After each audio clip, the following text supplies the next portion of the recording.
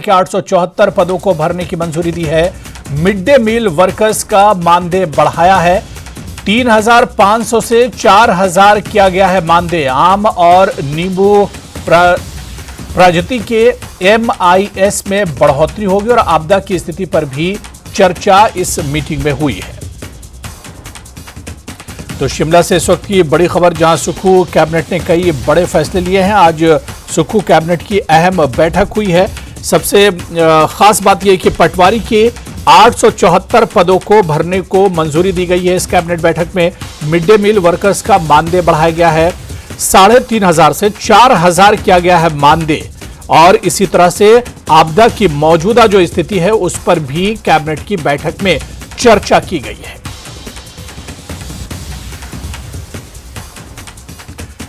तो शिमला से इस वक्त की बड़ी खबर और तस्वीरें भी हम आपको दिखा रहे हैं। सुक्खू कैबिनेट के लिए बड़े फैसले लिए हैं। आज सुक्खू कैबिनेट की एक और अहम बैठक हुई थी जिसमें कई बड़े फैसले लिए गए हैं। पटवारी के 874 पदों को भरने की मंजूरी आज की कैबिनेट बैठक में दी गई है। मिड डे मील वर्कर्स का मानदेय बढ़ाया जाएगा। जिनको पहले 3,500 रुपए मिलते थे, अब उन्हें 4,000 उनका मानदेय किया जाएगा। आम और नींबू प्रजाति के MIS में भी बढ़ोतरी होगी। और इसके अलावा प्रदेश के जो मौजूदा हालात हैं, आपदा की स्थिति से प्रदेश गुजर रहा है, उस पर भी आज की इस बैठक में चर्चा हुई है।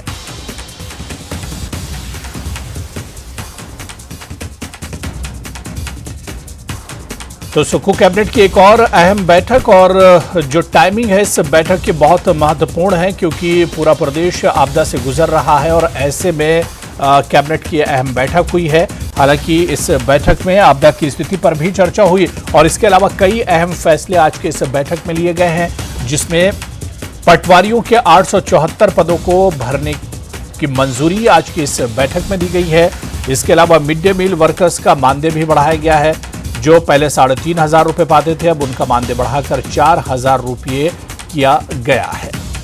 तो शिमला से इस वक्त की बड़ी खबर, जहां आज फिर सुक्खू कैबिनेट की एक और अहम बैठक हुई है। सुक्खू कैबिनेट ने कई बड़े फैसले आज की इस बैठक में लिए हैं। पटवारी के 874 पदों को भरने की मंजूरी आज के इस बैठक में दी गई है। इसके अलावा मिड डे मील वर्कर्स का मानदेय भी बढ़ाया गया है। जिन्हें पहले 3,500 रुपये मिलते थे, अब उसे बढ़ाकर 4,000 रुपये मानदेय किया गया है। हमेशा से एक बड़ा मसला था और यह आवाज भी उठती रहती थी। और चलिए आज के इस कैबिनेट बैठक पर और अपडेट लेंगे और जानकारी लेंगे। सीधे शिमला का रुख करेंगे। हमारे सहयोगी राजेंद्र हमारे साथ जुड़े हुए। राजेंद्र, आज कैबिनेट बैठक हुई क्योंकि जो टाइमिंग इस बैठक की बहुत इंपॉर्टेंट है। एक तरफ पूरा प्रदेश आपदा के दौर से गुजर रहा है और ऐसे में कैबिनेट बैठक हुई है। बिल्कुल, और काफ़ी अहम ये बैठक थी और कैबिनेट बैठक में आपदा को लेकर काफ़ी लंबी चर्चा हुई, प्रेजेंटेशन बैठक में रही और इसके बाद कुछ निर्णय भी प्रदेश सरकार की तरफ से लिए गए हैं। लेकिन जो अहम निर्णय और बड़े निर्णय यही है कि अब जो लंबे समय से एक कह सकते हैं फुल स्टॉप लगा था भर्तियों के ऊपर, अब वो फुल स्टॉप हटने की उम्मीद जताई जा रही है और कैबिनेट ने पटवारियों के पद भरने को मंजूरी दे दी है। तो ये एक बड़ा फैसला आज की कैबिनेट का है कि जो लंबे समय से स्टॉपेज लगा हुआ था, फुल स्टॉप लगा हुआ था कैबिनेट की बैठक में, उस फुल स्टॉप को हटाया गया है और पटवारियों के पद भरने को मंजूरी कैबिनेट की तरफ से दी गई है।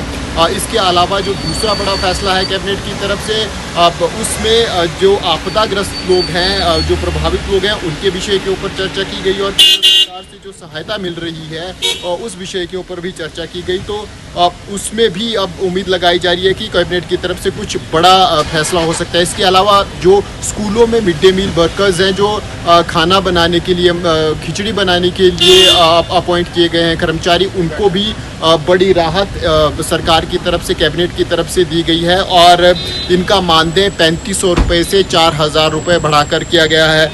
इसके अलावा पटवारियों के पद है 874 पद पटवारियों के भरने की बात की गई है और इसके अलावा जो ई वाहन को लेकर फैसला अटका हुआ था लंबे समय से, वो कैबिनेट ने आज मंजूर कर दिया। तो ई व्हीकल खरीदने के लिए भी अब खासकर टैक्सी की अगर हम बात करें तो टैक्सी अब खरीदी जा सकती है। इसके अलावा अन्य वाहन भी जो थे वो कैबिनेट की तरफ से आज मंजूरी दे दी गई है। जी। तो काफ़ी अहम ये बैठक रही और काफ़ी लंबी बैठक चली। करीब 12 बजे बैठक शुरू हो गई थी और अभी हम कह सकते हैं करीब आधा घंटा पहले कैबिनेट की बैठक ख़त्म होने की प्रोसेस ख़त्म हुई और अभी 5 मिनट पहले मंत्री कैबिनेट कक्ष से निकले हैं।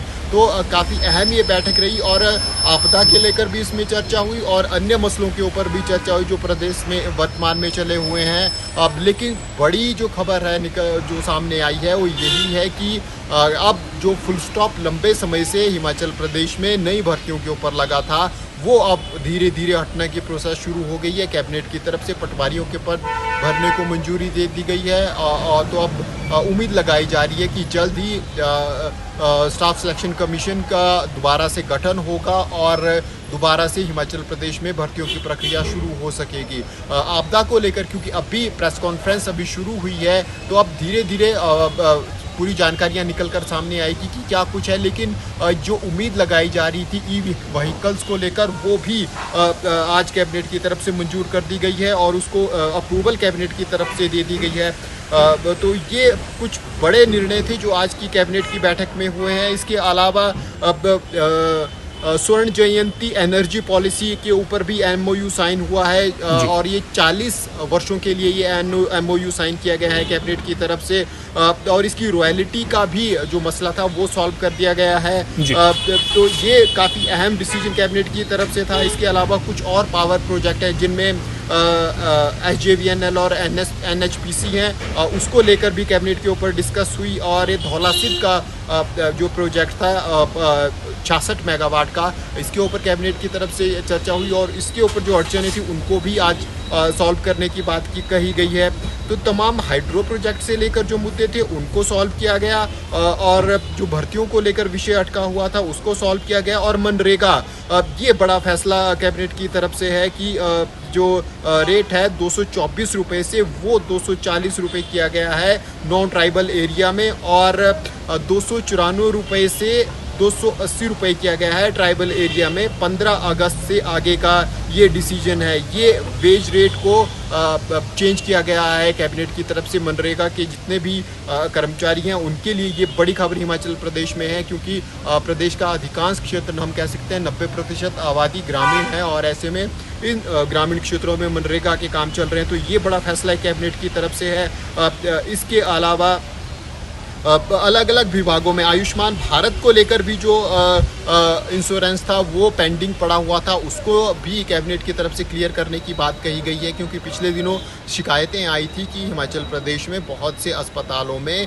प्राइवेट अस्पतालों में इलाज नहीं हो पा रहे हैं। तो ऐसे में क्योंकि हिमकेयर का जो पेंडिंग अमाउंट था वो अटका हुआ था, आयुष्मान का पेंडिंग अमाउंट था वो अटका हुआ था, उसको लेकर भी आज कैबिनेट की तरफ से अप्रूवल दे दी गई है। और इसके अलावा 48 पोस्ट भरने की मंजूरी कैबिनेट की तरफ से दी गई है विभिन्न विभागों में जिनमें टूरिज्म ट्रैफिक पुलिस को लेकर भी फैसला सरकार की तरफ से किया गया है। तो ट्रैफिक पुलिस की भर्तियां भी होंगी 48 पोस्टों के ऊपर, ये भी बड़ा फैसला कैबिनेट की तरफ से किया गया है। तो तमाम इश्यूज़ हैं जिनको लेकर आज कैबिनेट की बैठक में चर्चा हुई और काफ़ी दिनों के बाद ये बैठक आज हुई थी। तो ऐसे में उम्मीद लगाई जा रही थी, समझा जा रहा था कि कैबिनेट की तरफ से कई पदों को भरने के ऊपर मंजूरी मिल सकती है। जी बिल्कुल राजेंद्र, क्योंकि सरकार को अपना काम तो करना ही है। हालांकि पूरे स्टेट को आप देखिए, राज्य को देखिए, आपदा से गुजर रहा है। सरकार बार बार ये कह रही कि केंद्र की तरफ से जो सहायता मिलनी चाहिए वो सहायता नहीं मिल रही है।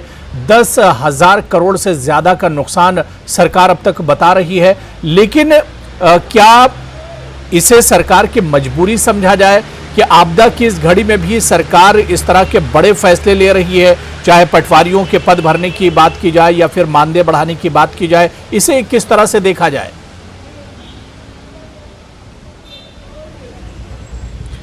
दरअसल आपदा के दौरान जो रियायत लोगों को मिलती है, जो सहायता मिलती है, उसकी जो क्लियरेंस है वो पटवारियों के माध्यम से होती है।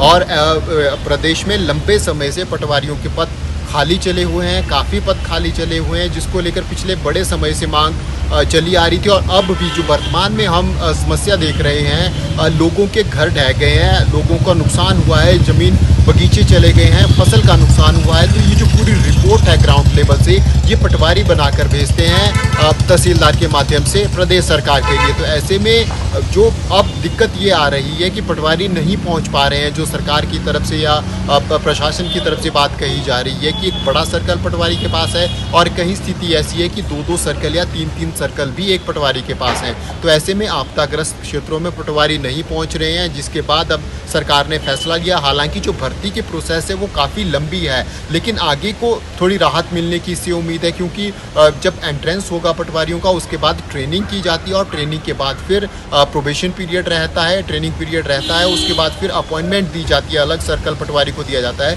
तो करीब 3 से 3.5-4 साल एक पटवारी को एंट्रेंस क्लियर करने के बाद नियुक्ति तक लग जाते हैं। लेकिन जिस प्रकार से प्रदेश में बड़ी संख्या में पद खाली हैं, तो वही फिर ग्राउंड स्टाफ की कमी को पूरा करने के लिए सरकार की तरफ से ये निर्णय लिया गया और लंबे समय से वेटिंग में ये निर्णय था कि उम्मीद लगाई जा रही थी कि जैसे ही नई सरकार बनती है तो इन पदों को निकाला जाएगा।